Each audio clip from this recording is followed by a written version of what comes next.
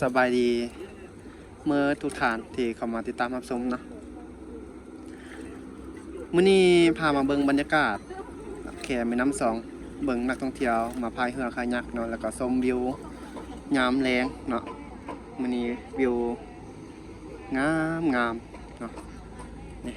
วิวงามทุกท่านงามขนาดเนาะท่านี้จะเป็นที่เรายืนจนนี้นะก็จะคือเขตโรงแรมริเวอร์วิวเนาะยืนทางฝากโรงแรมริเวอร์วิวแล้วเบิ้งฝากนั้นเบิ้งตะเวนตกดิน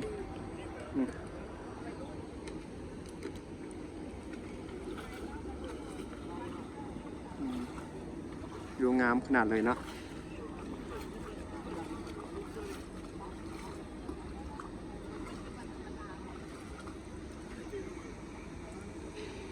อันนี้ก็มีนักท่องเที่ยวคนไทยก็เข้ามา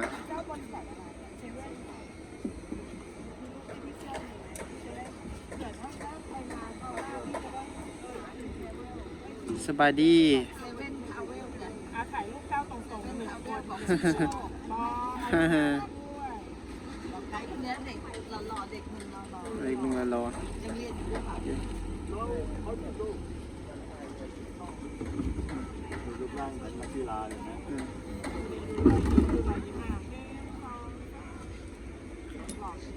อันนี้มาจากที่ไหนวะมาจากกรุงเทพเลยใช่ไหมอ๋อมาเที่ยวที่นี่กี่วันแล้วมาวันมานครหลวงนครหลวงแล้วก็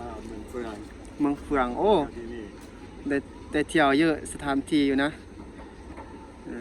นอนนี่ขึ้นหนึ่งพรุ่งนี้ก็กลับแล้วกลับอุดรเนาะมาเที่ยวกี่คนเป็นอินฟูใช่ยูทูบอินฟูป่ะใช่เป็นอินฟูขอถ่ายเลยด้วยฮะเรือล่มออกเรือแป๊บเดียวเรือล่มอ๋อเรือล่มยังไม่ได้ฝึกเนาะยังไม่ได้ฝึกไม่ได้ในภายในนานเรือล่มเราทำการพายทะเลมันไม่ต้องตัวอะไรมากมันไปเหมือนกันเนาะเจออะไรนะสะพานแล้วมันน้ำเร็วไงอ๋อสะพานน้ำเร็วใช่สะพานทางข้างบน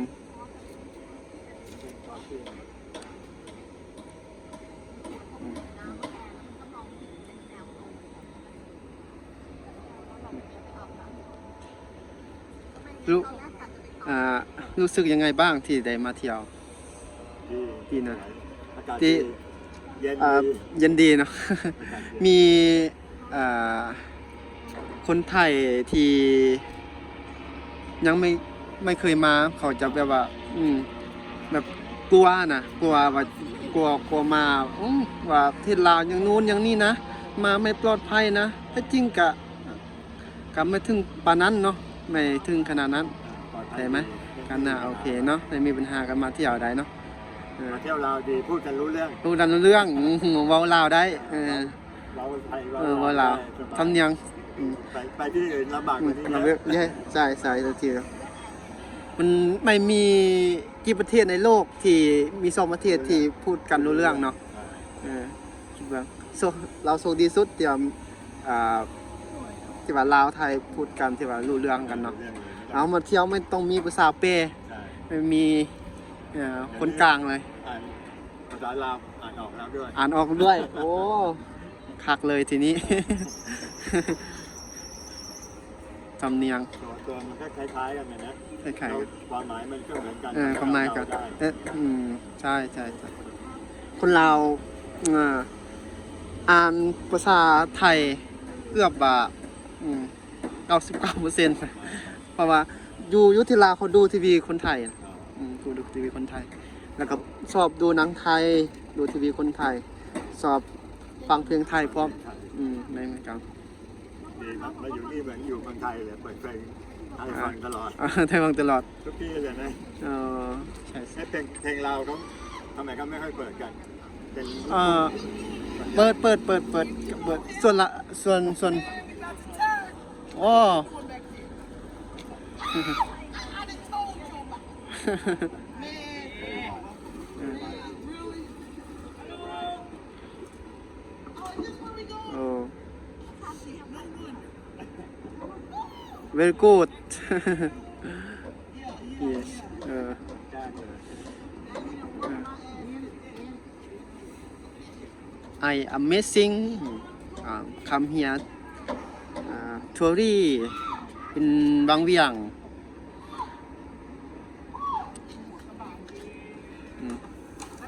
สวยอ่า Seven to be kicking your ass. Won't be only worse, but we must do it because Yeah, because I gotta look good till I die. แคนาดา that's very good. Yeah, I gotta be cute all the way to the end. I told my best Oh. friend if they got me in a casket looking stupid, change me out. เอ๊มาแล้ว That was amazing. ไอดิงเบียร์เหล้าโอ้ แฮปปี้จริง It's wet. Okay, everything. ๆEverything that's everything is wet. Okay. So it is what it is. เขาลอยลูกเอง เตรียมมาเปลี่ยน Oh, now you want me? You can take it. Be my own. ลอยหัวยางตอบหรือมีแต่โซนเราบ้านเราไทยแลนด์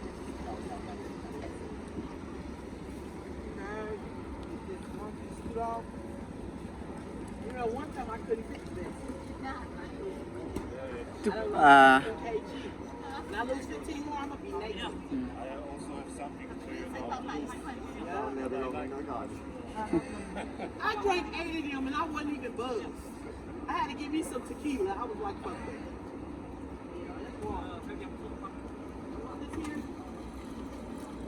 Yeah, didn't do it. That was the day. อืมเอาตัวเถอะ The party's at Secure tonight. โอ้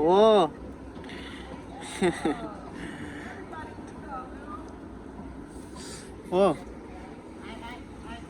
know my body was here, but I ain't been upstairs for everybody. ช่วงนี้มีแขกหลายบ่ช่วงนี้ได้แขกหลายบ่เพราะอันนี้เป็นบริษัทเซเว่นเนาะท่องเที่ยวเนาะอ๋อเพราะเขาลงมาแต่เทิงหันลงมาฮอดที่นี่เลยแม่นบ่5กิโลเมตรนี่นะ มันต้องไปอยู่บนตึกที่โรงแรมเราอ่ะก็พอกัน มีเสียเขาหักหลัง วางมือนะอันเจ้าของบริษัทแม่นไอ้ทิปเห็นบ่ไอ้พรทิปเห็นบ่ไอ้พรชื่อพรเหมือนบ่พรทิปเหมือนบ่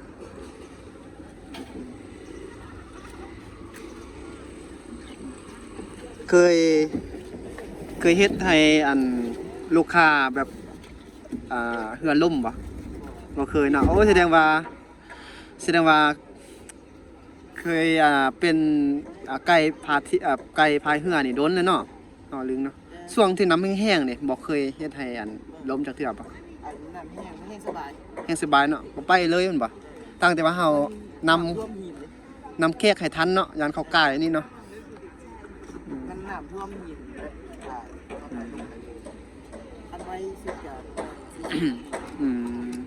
40หรือเศร้านาทีจ่าสุด40 40นาทีเนาะ ดีเจ้าเป็นคนหวังเวียงนี่บ่มันอยู่บ้านใดสงาเอ้าอยู่ห้วยสงานึงอยู่เพิ่งนี่ซื่อ เพิ่งคิวรถ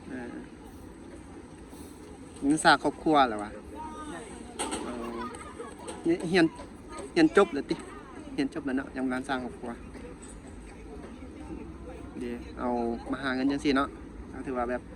เป็นรายได้ของเฮาก็ถือบางมื้อนี่ก็หักได้แขกหลายเฮาก็พอได้อยู่เนาะบางมื้อก็2 เที่ยว 3 เที่ยวเด้ก็มีเนาะ